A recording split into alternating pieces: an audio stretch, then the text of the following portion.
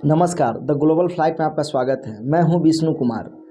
आज मैं सीतामढ़ी जिला स्थित सोनबरसा प्रखंड के बिशनपुर गोनाही पंचायत में हूं। अभी चारों तरफ पंचायती चुनाव की सरगर्मी देखी जा रही है। ऐसे में आज हमारे साथ जो शख्स है, मैं उनके बारे में बताऊं तो आपको थोड़ी हैरानी तो होगी, क्योंकि यह दिल्ली यूनिवर्सिटी से पढ़ कर आई है।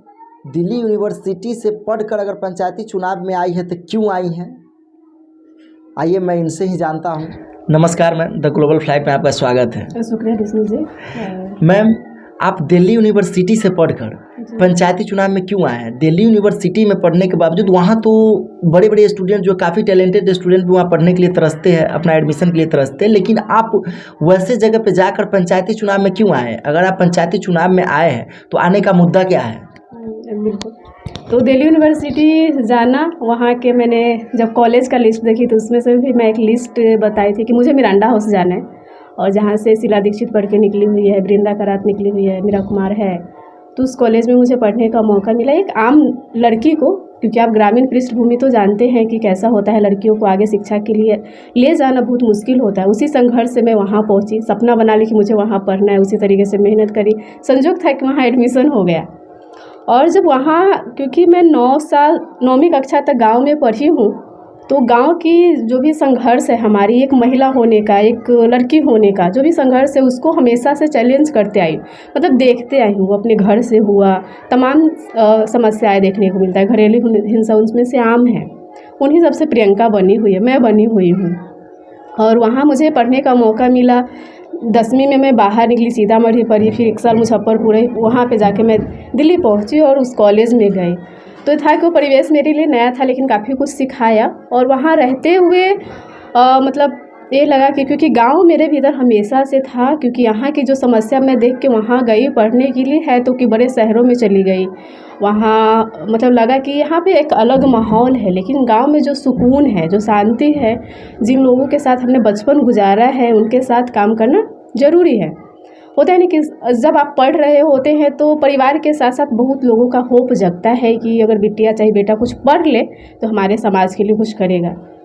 हाँ, मतलब वहाँ पढ़ के मैं बड़े अच्छे पोस्ट पे जा सकती थी, अच्छा नौकरी कर सकती थी और अच्छे संस्थाओं में काम कर सकती थी, करी भी मैंने। और उसको छोड़ के भी आना काफ़ी मुश्किल होता है, लेकिन वहाँ से यहाँ आना है कि उसको आप छोड़ दें और यहाँ आ जाए। तो अगर मैं वहाँ काम कर रही होती तो शायद मैं अच्छी होती और मेरे परिवार अच्छे होते, मतलब एक सीमित होता। लेकिन कहीं ना कहीं जब मैं पढ़ रही थी तो मेरे समाज का भी नज़र था कि हाँ, फलाने की बेटी पढ़ रही है, बेटा पढ़ रहा है, तो एक समाज का भी होप जगता है। तो क्योंकि मुझे लोगों के बीच में हमेशा से रहना पसंद है, गांव पसंद है हमेशा से। मैं अभी जब भी गांव रहती हूँ और जहाँ भी मैंने काम किया है, गांव में रह के ही काम किया है। तो यही था कि अगर मैं वहाँ भी हूँ, अकेले सेटल हूँ, अकेले किसी पोस्ट पे हूँ, तो मेरा परिवार का चीज़ें चल रहा है। अगर वही चीज़ मैं गांव में आके करती हूँ, मतलब जो भी अपने गांव में लेके कुछ भी करूँ, छोटा छोटा चीज़ कुछ भी करूँ, तो मेरे साथ साथ क्या होगा, मेरे समाज के जितनी भी लोग हैं, महिलाएं हैं, बच्चे हैं, बुजुर्ग हैं, उनके साथ मैं काम कर पाऊँगी। और जो उनका होप था मेरे लेके, जो उनका जो आशाएँ थी, वो शायद पूरा कर पाऊँ। तो मैम, आप दिल्ली यूनिवर्सिटी में गई, वहाँ से पढ़ाई की, फिर वहाँ से अपने गांव लौटी और इस बार चुनाव लड़ रही। तो मैम, आप ऐसा प्लानिंग शुरू से ही किए थे या फिर गांव में जो पंचायत में जो भ्रष्टाचार हो रहा है उसको देख करके आपके दिमाग में यह ख्याल आया, या बचपन से ही सोच ली थी कि मुझे लोगों का सेवा करना है? बचपन का एक किस्सा बताती हूँ। तो जब मैं 9वीं 10वीं में थी ना, 9वीं में 8वीं 9वीं कह लीजिए, तो गाँव में ही ट्यूशन पे पढ़ाई करती थी। और वो ट्यूशन अभी भी चलता है, काफ़ी बच्चे वहाँ से पढ़ के निकले हैं। और तो मेरी एक दोस्त थी, उनकी शादी हो गई है, लेकिन हम सब ऐसे ही खेलते खेलते में ना, उस समय एक सीरियल देख के प्रभावित होते, क्योंकि वो इंस्पेक्टर हुआ करता था उस सीरियल में। तो हम सोचे कि ऐसे हम लोग ना पुलिस इंस्पेक्टर बनेंगे और गांव में आके अपना स्कूल ठीक करेंगे। उस समय पूरा ढांचा नहीं पता था, क्योंकि छोटे छोटे थे, पता नहीं था। मतलब पंचायत चुनाव होता था, वही माहौल देखने को मिलता था कि कोई लोग बहुत पैसा खर्चा कर रहा है, चुनाव जीत रहा है, हार रहा है, कुछ काम नहीं हो रहा है। तो इस तरीके से था। और जब हम 10वीं में गए, जब मैं सीतामढ़ी पढ़ने गई, तो वहाँ पे अपने भैया के साथ मैं रहती थी, तो क्योंकि वो लोग कोटा में पढ़ाई करते थे, आते थे, तो उनको थोड़ा मैं आसपास के बारे में पता था कि हम क्या क्या कर सकते थे। और 10वीं ही एक ऐसा होता है कि जहाँ पे फिर शुरू होता है कि आप क्या करना चाहते हैं अपने जीवन में। तो भैया के माध्यम से मुझे पता चला है छवि रजावत के बारे में। छवि रजावत टोंक जिला के राजस्थान में एक गाँव की सरपंच है, वहाँ पर मुखिया को सरपंच बोला जाता है। तो जिस कॉलेज से मैं भी पढ़ी, जिस यूनिवर्सिटी से, सेम उसी यूनिवर्सिटी से पढ़ के वो अपना MBA का जॉब छोड़ के गांव की सरपंच बनी थी, मुखिया बनी थी। तो उस समय था 2010 में, क्योंकि उसी टर्म में उसका ये हुआ था, तो काफ़ी था। तो जब मैं सुनी कि एक लड़की अपने गांव की मुखिया बन सकती है, और मैं भी तो गांव से ही बिलोंग करती हूँ, लड़की हूँ, और बहुत सारे मतलब महिलाएं का होप है मेरे को लेके, तो हम भी अपने गांव के ही मतलब काम करेंगे और वहीं रह के काम करेंगे। तो यहाँ से चुनाव लड़ने का ख्याल आया था। उसी दिन हमने ठाने थे कि हमें भी मुखिया का चुनाव लड़ना है, अपने ग्राम पंचायत के लिए कुछ बेहतर करना है।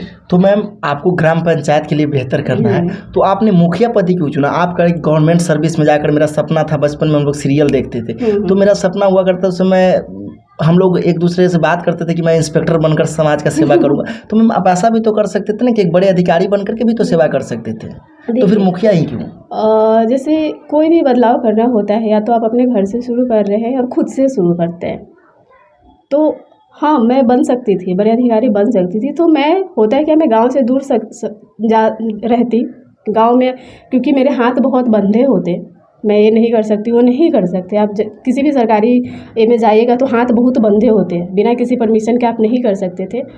मुखिया का चुनाव लड़ना मेरे लिए है कि आप सबसे छोटी इकाई है, कोई भी बदलाव छोटा से शुरू होता है। आप छोटे से शुरू करके, अपने घर से शुरू करके चीज़ें आगे ले जा सकती है। तो यही था कि मैं यहाँ से मतलब शुरू करूँ, और इसकी जो गरिमा है, ग्राम पंचायत की जो गरिमा है, उसको बनाए रखना बहुत ज़रूरी है। लोकसभा है, विधानसभा, उसी तरीके से तो हमारा ग्राम सभा है ना।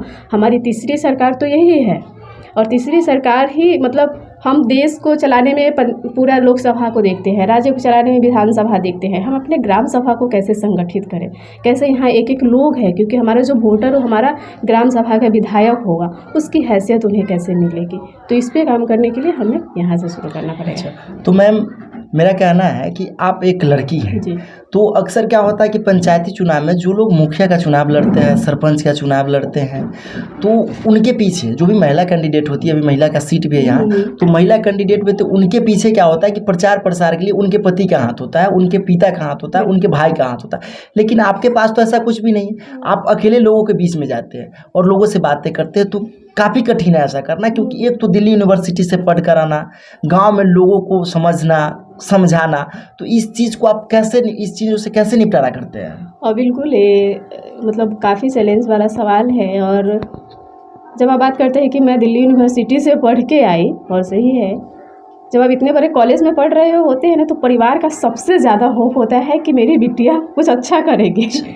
तो सबसे बड़ा चैलेंज परिवार से शुरू होता है कि आप जो सपना देखे हैं उसको परिवार में कितना महत्व दिया जाता है। और लड़की हो कि आप पंचायत चलाने का सपना देखते हैं तो पाप माना जाता है। मतलब क्योंकि मैं 1.5 साल से अपने गांव में हूँ, कानपुर के एक पंचायत में ऑलरेडी काम करके आई हूँ, तो वहाँ तो चलो मैं मतलब वहाँ के लोगों के लिए अनजान थी, यहाँ के लोगों के लिए अपनी हूँ, फिर भी ऐसा लगता है मैंने क्या मतलब ये कर लिया है। और तो सबसे पहला चैलेंज अपने घर से होता है, परिवार को मनाने में वक्त लगा। यहाँ आने से पहले प्रोसेस शुरू हुआ कि माँ को बताती हूँ, माँ धीरे धीरे समझी। तो आज सबसे बड़ी जो मेरी टीम है मेरी माँ है, मतलब वो मुझे स्ट्रेंथ देती है। और पिताजी है, उनको समझ में आया कि हाँ प्रियंका सही काम कर रही है, तो बहुत ना के बाद अब पिताजी को ऐसा भरोसा हो रहा है कि हाँ मदद करते हैं। तो मैम आप सबसे पहले अपने प्रॉब्लम को अपने माँ के सामने रखिए कि माँ मैं पंचायती चुनाव लड़ना चाहता हूँ, वहाँ से एक प्रतिनिधि बनकर समाज का सेवा करना चाहता हूँ। तो मैम आपसे मुझे एक जानकारी मिली है कि आपके अलावा अब आपके परिवार के सारे लोग समाज सेवा करना चाहते हैं। अपने मतलब चेहरा आपका होगा लेकिन सारे लोगों का योगदान है, क्या सही है? सारे लोगों का योगदान नहीं है, स्ट्रेंथ है वो मेरी, क्योंकि वहाँ पे मेरे सपना को सुना जाता है। समझते हैं कि समाज के लिए ऐसा काम होना चाहिए। ऐसा कभी नहीं होगा कि वो मेरे फेस पे आगे आएंगे, क्योंकि अगर आप क्योंकि मेरे पंचायत में भी महिला आरक्षित सीट है और मैं एक महिला हूँ, लड़की हूँ, चुनाव लड़ रही हूँ और उस सीट के लिए काबिल हूँ। मैं खुद ब्लॉक जा सकती हूँ, खुद बड़े अधिकारियों से बातचीत कर सकती हूँ। और एक बात ये भी है कि मेरे अपने परिवार का कभी राजनीतिक बैकग्राउंड नहीं रहा है। वो हमेशा डरते हैं कि अगर इस तरीके से चीज़ होगी तो मेरे परिवार पे अटैक हो सकता है, कुछ भी हो सकता है, जो उनका डर लाजिम है, ठीक है। तो वो कभी नहीं है, उनको पता है कि मेरी बेटी काबिल है, ये सब कुछ संभाल लेंगे। तो आज मैं कहीं भी अकेले घूमने जाती हूँ, किसी तरीके से पंचायत में मैं विजिबल रहती हूँ, अपने दम पे रहती हूँ, मेरे साथ मतलब नहीं आते। पिताजी को भरोसा है, माँ को भरोसा है, ये सब कुछ संभाल लेंगे, तो मेरे नाम पे कभी आगे नहीं आ जाते। तो जो आप मुखिया पति जी का कॉन्सेप्ट पे हम बात करेंगे तो वैसा कुछ नहीं होगा। तो मैम, आप जब लोगों के बीच में जाते हैं वोट के लिए, तो आप वोट लोगों से मांगते हैं कि आप मुझे अपना हक दीजिए, मैं आपके लिए हमेशा खड़ा रहूँगी। तो वैसे में आप लोगों के बीच जाते हैं तो लोगों की क्या प्रतिक्रिया होती है? आप लोगों से किस मुद्दे पे वोट की अपील करते हैं? जैसे पिछले 1.5 साल से हूँ पंचायत में, अलग अलग चीज़ों पे काम किया है और सबसे मेन हमने काम किया है जन जागरूक पे। और क्योंकि जब तक आप लोगों को जागरूक नहीं कीजिएगा, लोगों को उनका हैसियत नहीं बताइएगा, बिना हैसियत बताए आप उनसे वोट मांग रहे हैं तो एक लगता है कि बस आप एक ढकोसलाबाजी है, ठीक है, आप बस अपने लोभ के लिए जा रहे हैं। तो जब से मैं एक्टिव हूँ अपने पंचायत में तो हमने मतलब एक मेजर प्रोग्राम हमने किया है चेतना चौपाल। और चेतना चौपाल में हमने यही किया कि हमारा जो कानून है, जो बिहार पंचायती राज अधिनियम जो कानून 2006 में बनी थी, उनमें एक मुखिया जी का क्या रोल है, एक प्रतिनिधि का क्या रोल है, एक आम नागरिक का क्या रोल है, वो वोट देने के अलावा क्या क्या कर सकते हैं, कैसे सवाल पूछ सकते हैं, कैसे सब कुछ चेक में रख सकते हैं, उस पर हमने काम किया है। तो 1.5 साल से हमने जागरूकता पे ही काम किया है। सबको इंडिविजुअल जाके बताती हूँ कि आपका यह हक है, आपको नेता ऐसे चुनना है, ऐसा नहीं चुनना है कि जो 10 लाख खर्चा कर रहे हैं या 20 लाख खर्चा कर रहे हैं, ऐसा तो नहीं चुनना है। मतलब 5 साल में आपको एक बार मौका दिया जाता है आपको नेता चुनने का, अपने गाँव का अगरिया चुनने का मौका दिया जाता है। अगर हम आम भाषा में बोले तो गाँव के अगरिया ही ना चुनते हैं मुखिया के रूप में, तो अगरिया चुनना है जिसमें सब कई लोग हैं, जिसमें आपको बेहतर काबिल वाला लोग चुनना होता है। तो इस तरीके से हमने जागरूकता किया है, उसका एक अच्छा प्रभाव भी है, हमें देखने को मिलता है जब भी मैं फील्ड में जाती हूँ, तो इसलिए। तो मैम, यहाँ के लोगों के लिए रोड और नाला बहुत बड़ी समस्या बनी हुई है। अगर हल्की भी बारिश हो जाती है तो लोगों को आवागमन में काफ़ी कठिनाइयों का सामना करना पड़ता है, यानी कि एक जगह से दूसरे जगह जा नहीं पाते। तो वैसे में अगर यहाँ के लोग आपको मुखिया प्रत्याशी के रूप में चयन करके लाते हैं तो इसको सुधारने में आपका क्या पहल होगा? जैसे देखिए, जब 73rd अमेंडमेंट आई थी उसके बाद से पंचायत को बहुत सारा अधिकार दिया गया, ठीक है। उसमें ग्राम सभा मेन था कि ग्राम सभा फोकस्ड होगी, और ग्राम सभा ग्राम पंचायत का आईना होता है और जहाँ पे चीज़ें एकदम पारदर्शिता से होती है। और पंचायत अगर मुखिया किसी प्रतिनिधि बनते हैं, कोई भी प्रतिनिधि, तो सिर्फ वो अकेले अपने दम पे नहीं चला सकते। जब आप रोड नाला की बात हम करते हैं तो हमें पहले स्ट्रक्चर समझना होगा कि ग्राम पंचायत का स्ट्रक्चर क्या है, मुखिया अपना जिम्मेदारी किस तरीके से करता है। हम बात करते हैं डिसेंट्रलाइजेशन, विकेंद्रीकरण की। विकेंद्रीकरण का मतलब होता है अपने समाज के जो सबसे अंतिम व्यक्ति है उसके हाथ में भी सत्ता होना चाहिए, वो भी अपना सवाल ईमानदारी से रखे और पूछ पाए, अपने प्रतिनिधि से वो सवाल पूछ पाए। तो एक स्ट्रक्चर ये है, जैसे अभी हम देखते हैं बहुत अपने कैंडिडेट को आसपास ऑब्जर्व करती हूँ, अपने लोग 2400 घंटा के लिए वो मुखिया बन जाते हैं, दिन रात एक ही काम करते हैं और उन्हीं से उनका बिजनेस भी चलता है, उनका अपना घर भी चलता है। तो मुखिया है कि जब आप मुखिया बनते हैं या हम बने तो उसका कहता है कि आप 6 समितियाँ बनाएं, ठीक है। 6 समिति में होता है बीते बंद समन्वय समिति होता है, जो ग्राम पंचायत 22 अधिनियम 22 में जो ग्राम पंचायत के लिए जो 29 कार्य है उस कार्य को चेक में रखने का। उसके बाद होता है उत्पादन समिति होता है, जिसमें आप कृषि एग्रीकल्चर से जुड़ा जितना समिति काम है उनको देखते हैं। उसके बाद होता है लोक कल्याण समिति, यानी हमारे समाज में आज मतलब जो भी अति पिछड़े लोग हैं, जो अनुसूचित जनजाति के लोग हैं, उनके साथ समन्वय बिठाना, उनके विकास पे काम करें। उसके बाद है शिक्षा समिति। शिक्षा समिति में आप अपने स्कूल पे पूरा ध्यान देते हैं, स्कूल में आपका जो भी शिक्षा व्यवस्था है अपने गाँव के उस पर ध्यान देते हैं। उसके बाद है स्वास्थ्य समिति, तो अपने गांव के उस समिति में हम हेल्थ पे ध्यान दें कि हमारे क्या क्या मतलब हेल्थ को लेकर क्या ये है उस पर ध्यान देते हैं। और वो है उसके बाद लोक निर्माण समिति। लोक निर्माण समिति में जितना भी रोड नाला इंदिरा आवास का काम आता है वो, तो ये 6 समिति है। अब इस 6 समिति में गांव के भी कुछ लोग मौजूद होते हैं, उसमें से 3 समिति में मुखिया अध्यक्ष हो सकते हैं। तो बीत समिति होता है जहाँ पे पैसों का चीज़ रहता है, उसका अध्यक्ष मुखिया जी होते हैं। बाकी 3 समिति में मुखिया जी रहेंगे। उसके अलावा जो 6 समिति बनता है उसमें सब किसी भी अपने ग्राम सभा के जो विधायक है, हमारे जो माननीय विधायक होते हैं, हमारे जो आम नागरिक है जो वोट गिराते हैं, उनको आप रख सकते हैं। उसके अलावा 2 ऐसे व्यक्ति को आप कोऑप्ट कर सकते हैं जो उस चीज़ में ये है एक्सपर्ट है, लाइक कोई शिक्षा को लेके एक्सपर्ट होगी तो उसमें आप बाहरी व्यक्ति को रख सकते हैं जो आपको शिक्षा व्यवस्था को दुरुस्त करने में मदद करे। जैसे लोक निर्माण समिति में हम बात करते हैं रोड का, नाला का। अब हमारे गांव से आए होंगे तो समस्याएं तो देखी होंगी, मेन रोड से आए होंगे तो कूड़ा पड़ा हुआ है, नाला है, तालाब का देखे ही होंगे। तो वो लोक निर्माण समिति में आती है, जहाँ पे हम लोक निर्माण समिति में कुछ ऐसे बाहरी व्यक्ति को रखेंगे जो आपको उन समस्याओं को लेकर सही चीज़ें मार्गदर्शन देके फिर आप उनके अनुसार काम कीजिए। तो इस तरीके के स्ट्रक्चर है। सबसे मेन स्ट्रक्चर मतलब ये 6 हो गया समिति। उसके अलावा है एक निगरानी समिति बनता है, जिसमें हम एक के अलावा भी आप कई निगरानी समितियां बना सकते हैं जो इस 6 समिति पे नज़र रखता है। तो अब इसमें गौर कीजिएगा कि 6 समिति है, एक निगरानी समिति है और वो पूरा लोगों के हाथ में है। यानी निगरानी समिति में जो लोग होंगे वो हमारे विधायक होंगे, यानी हमारे ग्राम सभा के मेंबर होंगे। और वो किसी पद पे, जो निगरानी समिति में होते हैं वो किसी पद पे नहीं होते, आम लोग होते हैं हमारे गांव के जो वोट गिराते हैं। और विधायक हमारे ग्राम सभा का होता है। हम बोलते हैं ना कि लोकसभा में हम अपना MP भेज रहे हैं, विधानसभा में अपना विधायक भेज रहे हैं, तो ऐसे ग्राम सभा के विधायक हमारा कौन होता है? हमारे गाँव के लोग जो हमें वोट देते हैं।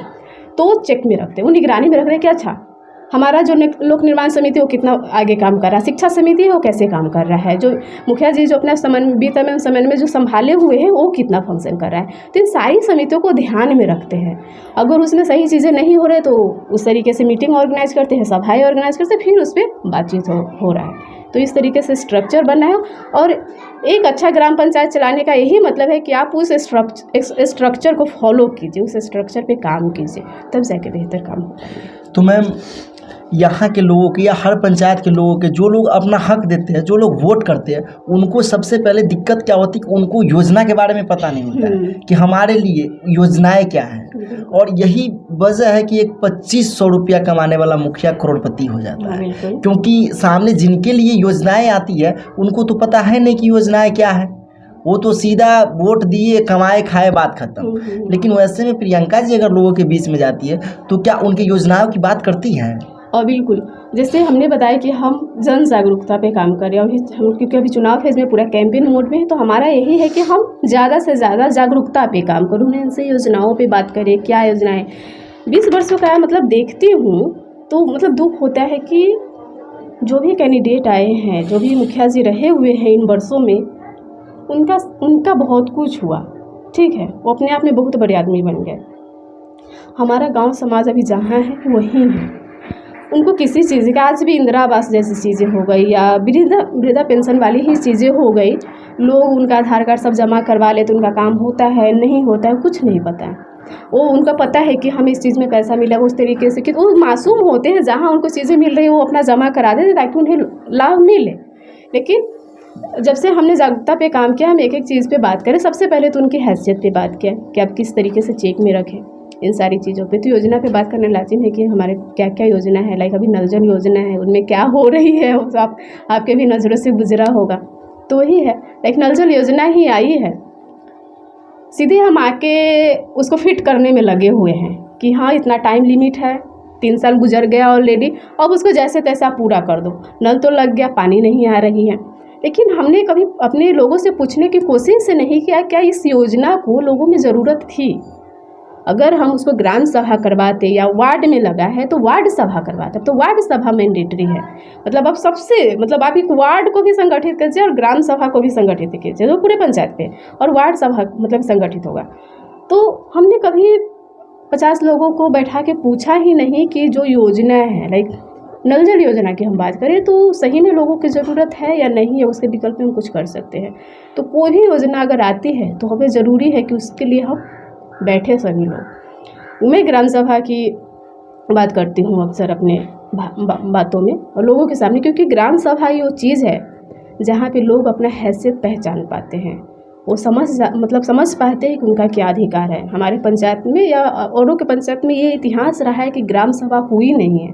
आप कहीं भी मतलब लोग मेरे पंचायत में घूम लीजिए, मैं आज तक मैं बात करता हूँ, अभी तक मैंने आपका फेसबुक पेज खोला प्रियंका कुमारी के नाम से था, तो उसमें देखिए कि आप हर जगह ग्राम सभाएं कर रही हैं और लोगों से मिल रही है। लेकिन बहुत सारे कैंडिडेट से मैंने मिला जो ग्राम सभाएं के बारे में जानते भी नहीं है और लोग वैसे को वोट करते हैं। तो बदलना होगा लोगों को, अपने अधिकार को लेकर उनको बदलना होगा। हमको वैसे कैंडिडेट को चयन करना होगा जो मेरे लिए एकदम से दीवार बनकर खड़ा रहे।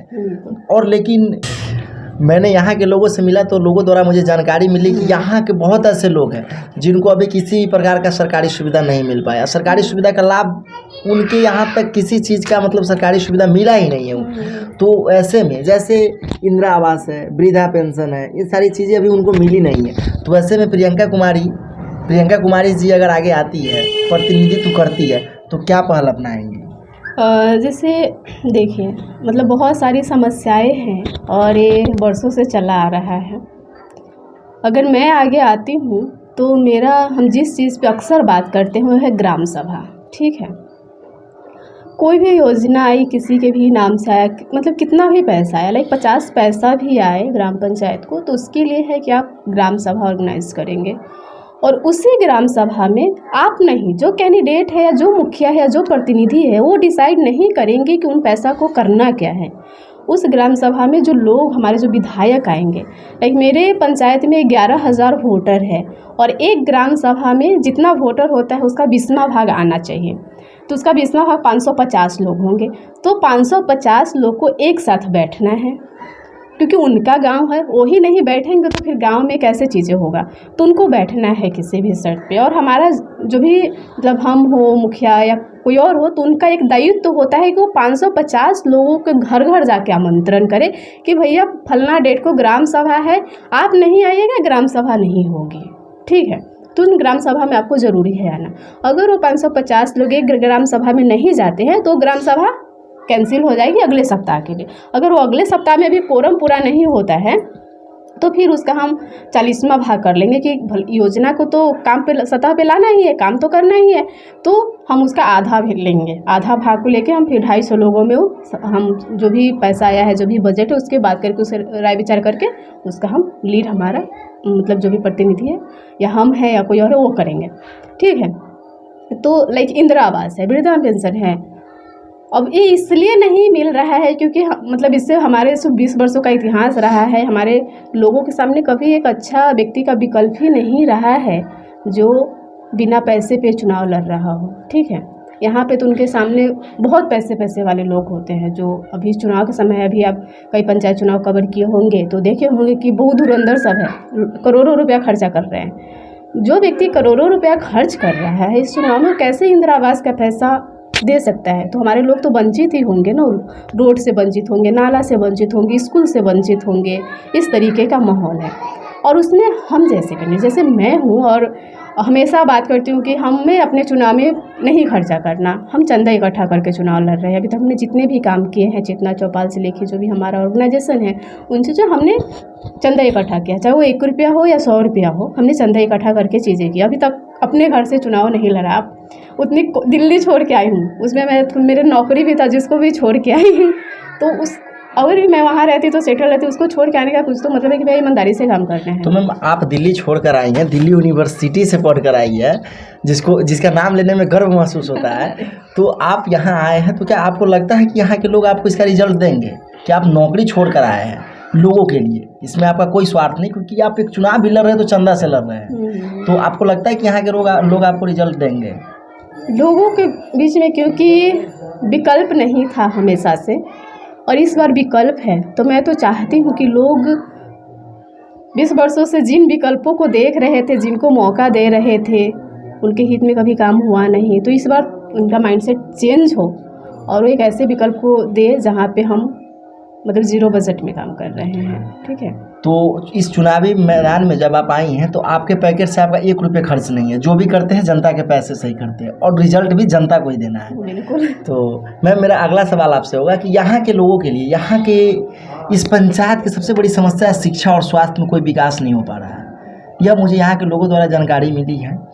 तो ऐसे में यहाँ के बच्चे शिक्षा के क्षेत्र में भी काफ़ी पीछे है। आप बेशक दिल्ली यूनिवर्सिटी में चली गई हो, लेकिन बहुत ऐसे लोग हैं जो स्कूल नहीं जा पा रहे। यहाँ की जो बेटियाँ हैं, बहन हैं, जिनको गांव से बाहर पढ़ने नहीं दिया जा रहा है, गांव से बाहर पढ़ाई के लिए भेजा नहीं जा रहा है। तो वैसे में प्रियंका जी यहाँ से प्रतिनिधित्व करती है, यहाँ के लोग उनको सिलेक्शन करके आगे लाते हैं। तो प्रियंका जी वैसे लोगों के लिए क्या करेंगे जो कम पैसे में अच्छा शिक्षा प्राप्त कर लें? मेरा सिंपल मानना है कि इस गांव से मैं दिल्ली यूनिवर्सिटी जाके पढ़ के आ गई। मेरे जैसे और भी लड़कियां हैं, आप सोचिए ना, अपने समाज में आधी आबादी महिला है, उनके भीतर भी बहुत सारा सपना होगा ना। जी जी बिल्कुल। और वो सपना कभी आगे नहीं आता है। और मेरी ये कोशिश है कि मैं वहाँ जाके पढ़ ली, तो अगर मैं उस तरीके की चीज़ें यहाँ पे करूँ ना, तो मेरे समाज में और भी लड़कियाँ हैं जिनको भी मैं वहाँ देखना चाहती हूँ। अकेले सिर्फ प्रियंका मिरांडा हाउस जाके नहीं लौटे, उनके समाज से मैक्सिमम लड़की जाके पढ़े। और उस तरीके से यहाँ पे आपको काम करना पड़ेगा। लाइक हम है कि हम लड़कियों की शिक्षा पे काम करेंगे। उनको वहाँ से लौटने के बाद क्या होता है कि जब आप ग्राउंड पे होते हैं तो बहुत सारे लड़कियों का जो सपना होता है कहीं ना कहीं दमित होते जाता है। तो देख के उनको थोड़ा आज़ादी महसूस होती है कि चलो कोई नहीं था बरसों से। प्रियंका दीदी भी बाहर थी, लेकिन प्रियंका दीदी अब लौट आई है, तो उनको हिम्मत मिलता है कुछ अच्छा करने का। और उसमें होता है कि जब मैं उनसे बातचीत करती हूँ तो मेरा एक हौसला अलग होता है कि जब वो लड़कियों के साथ भी मैं सेशन करती हूँ, उनके मतलब समस्याओं पे, उनके साथ उनकी शिक्षा है, स्वास्थ्य है, उन सारी चीज़ों पे, तो ये बात निकल के आता है। मैं देखती हूँ कि मैं अभी पीरियड्स पे सेशन कर रही थी लड़कियों के साथ, तो जो लड़कियाँ अपनी बात रखने में झिझकती हैं, मतलब वो उनका बात अपने घर में भी नहीं सुना जाता, वो मुझसे शेयर कर पाती हैं, तो उनके सामने एक अपॉर्चुनिटी है, भाई चलो कोई नहीं सुनेगा, प्रियंका दीदी तो सुन लेंगी। तो मुझे ये बहुत अच्छा लगता है कि जब कोई लड़कियाँ मुझे लेटर भेजती है अपने सवालों के साथ, अपने लिखे हुए चिट्ठी, मैं कहीं रहती हूँ, दीदी आपके नाम से लेटर है, आप पढ़ लेना। मुझे देख के खुशी आती है कि मेरे आने से ये तो हो रहा है, लड़कियाँ खुल तो रही है, बता तो रही है चीज़ें कि उनके साथ यह समस्या है। अब यह है कि उनको हम कैसे आगे ले जाते, उनके साथ हम कैसे काम करें। तो हमेशा मैं कुछ ना कुछ टॉपिक उनके साथ इंगेजमेंट करती रहती हूँ। कभी हो गया था ऐसे रैंडम, हम गाँव के किसी कोना में निकले, 10-5 लड़कियाँ ऐसे ही रैंडम खेल कूद के आ गए, बातचीत करके आ गए, या कभी उनके साथ उनके हेल्थ को लेकर हमने सेशन कर लिया। कभी हम सिनेमा बैठ के देखने की कोशिश करते हैं, अच्छा सिनेमा देखते हैं, ताकि वो भी एक आज़ाद महसूस हो, उनका अलग अलग सपना हो, जो विज़न कर पाए कि क्योंकि वो भी बच्ची है, कोई 10वीं में है, कोई 11th में है, तो उस तरीके से सोच पाए कि उनको आगे जाना, अपॉर्चुनिटी क्रिएट करना है हमें अलग अलग तरीक़ों से, तो सब करेंगे अपन। तो अगर आप सत्ता में आते तो सारी चीज़ों पे विकास करेंगे।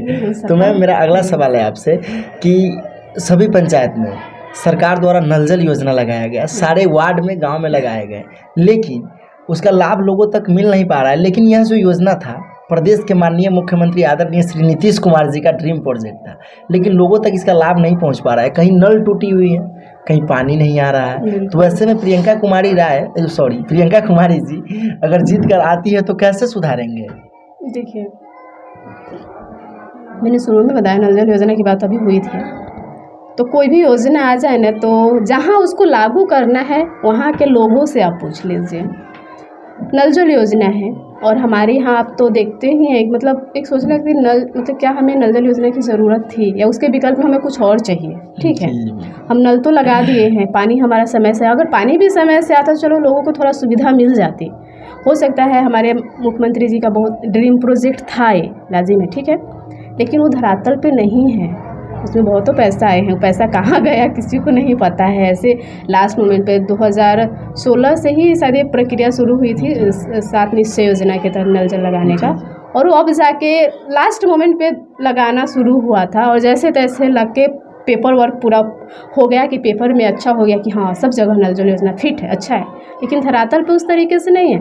तो मेरे मन में स्वतः एक सवाल आता है कि चलो नल जल योजना, नल तो लगी है, पानी भी नहीं आता है, और क्योंकि लग गई है तो लोगों को हो गया कि चलो पानी आएगा, क्या हम उन जिनके दूरा पे, जिनके दरवाज़ा पे लगा हुआ है, हम उन 550 लोगों से पूछे हैं कि नल जल योजना लगना चाहिए या नहीं लगना चाहिए? लोगों की क्या इच्छा थी? कोई भी आप काम करने, कोई भी योजना हो उसमें हमारी, क्योंकि वो योजनाएं हमारे बीच फंक्शन करेगी ना, वो हम सब के साथ रहे, तो ज़रूरी है उसमें पूछना कि हमारी क्या इच्छाएं हैं। कोई भी आप काम कर रहे हैं तो इच्छा क्या है हमारी, वो इच्छा कहाँ पूरा होगी, तो उसके लिए हम बैठेंगे, ग्राम सभा में बैठेंगे, आम सभा में बैठेंगे, तब जाके पता चले कि हाँ सही में हमारी ज़रूरत क्या थी। ठीक है, मैं ये ना कह रही हूँ कि नल जल योजना की ज़रूरत नहीं थी, ठीक है, लेकिन हमारे लोगों को क्या है, मतलब उसे पूछना तो चाहिए एक बार। तो मैम मेरा अगला सवाल आपसे होगा कि आप दिल्ली यूनिवर्सिटी से पढ़कर आई हैं, चुनाव लड़ रही हैं, तो ऐसे बहुत धुरंधर होंगे चुनावी, पंचायती चुनाव में बहुत ऐसे कैंडिडेट होंगे जो काफ़ी पैसे वाले होंगे, तो वैसे में प्रियंका कुमारी राज जी को कोई कैंडिडेट खरीदने का कोशिश किया है क्या? बहुत दबाव है, लड़कियों को तो सबसे ज़्यादा दबाव है। ठीक है, हमारे समाज में महिलाओं को लेकर हमेशा दबाव रहा है। अब चुनाव लड़ रही हूँ और पढ़ी लिखी कैंडिडेट हूँ, थोड़ा मैं अपनी वाहवाही कर लेती हूँ अपने मुँह से, पढ़ी लिखी कैंडिडेट हूँ और तो एक डर भी है, और भी हमारे जो दोस्त कैंडिडेट हैं उन सब के भीतर तो बहुत सारा दबाव पड़ता है कि तुम ना आगे आओ, तुम बैठ जाओ। तो कोई पैसा का ये जुगाड़ लगाता है कि चलो तुम्हें हम 2.5 लाख रुपया देते हैं, तुम पीछे हट जाओ। इस तरीके से होता है। बहुत सारे लोग घर पे आके बैठ जाते हैं, बहुत देर तक ये होता है। सब लोग यही बोलते हैं कि हम तुम्हारी बातों को समझ रहे हैं, ये सही है, फिर भी तुम बैठ जाओ।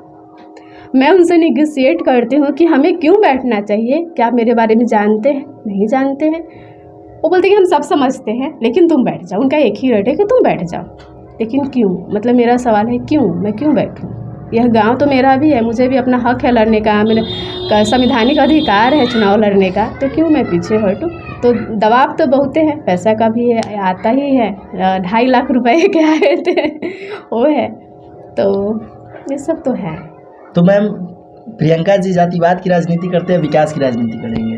देखिए, चुनाव है, नेता चुनना है, अपने गांव से अगरिया चुनना है। हमें न किसी जाति को चुनना है, न खानदान को चुनना है, न देहात को चुनना है।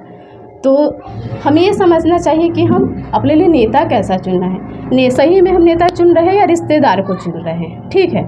तो ये है। तो मैं जाति को जीती हूँ, हाँ भले मैं जाति से बिलोंग करती हूँ एक, क्योंकि उस तरीके से नैरेटिव बरसों से चला आ रहा है, आपको जाति होना सिखा दिया जाता है।